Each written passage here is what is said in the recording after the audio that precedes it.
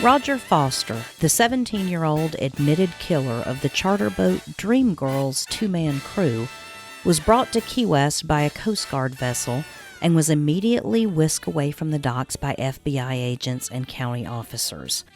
The husky youth, wearing a t-shirt and pants stained with blood, was held for 15 minutes aboard the Coast Guard cutter after its arrival and then hurried to a waiting automobile. Both his hands were bandaged as he appeared dazed, and he was led ashore. An FBI agent held him firmly by one arm, and Sheriff Henry Haskins held the other. The cutter also towed the Dream Girl into port. Her deck was spattered with blood. "I murdered them and threw them overboard," Foster told Coast Guardsmen whenever the charter boat was found on Friday, after a wide search out of fuel about 20 miles from the coast of communist Cuba. The 17-year-old youth was alone on the deck. He said he had killed the captain, Douglas Trevor, age 47, and his son, Edward, age 22, who was the first mate.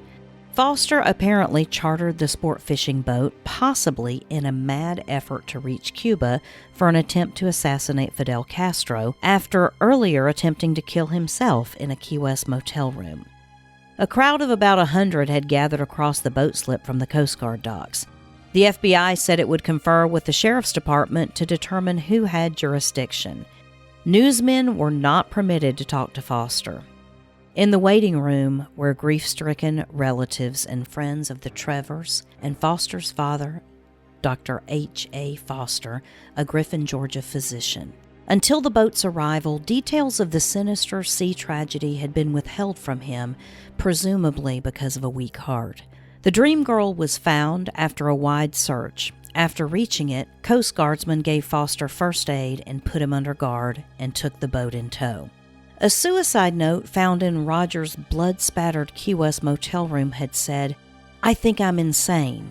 It urged authorities, "Do not publicize my death and be careful when you tell my father because he has a bad heart."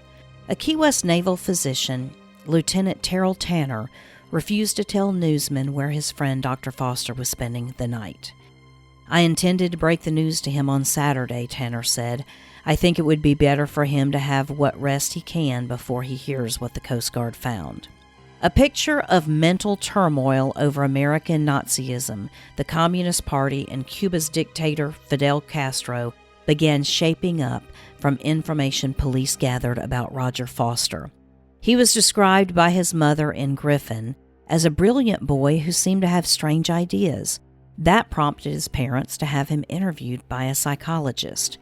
"Maybe he was trying to get to Cuba and go after Castro on his own," Miss Foster said. "Roger tried to start an anti-communism club at Griffin High School."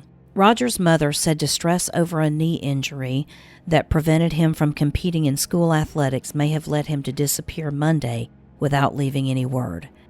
At Key West, Roger evidently arranged passage on the Trevors' boat, Dream Girl.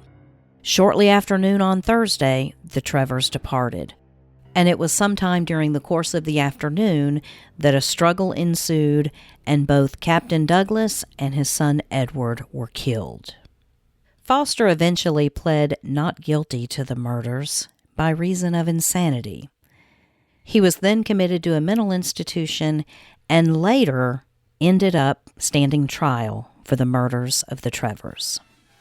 But it was today, January 15th, 1971, that Roger Foster, who admitted he killed charter boat captain Douglas Trevor and his son Edward off the Marquesas Keys in 1963, was found guilty of second-degree murder.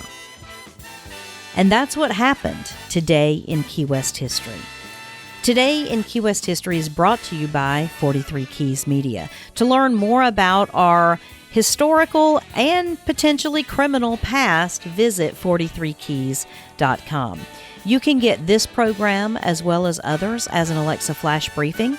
You can also find us on YouTube. So go there and subscribe and visit us at 43keys.com.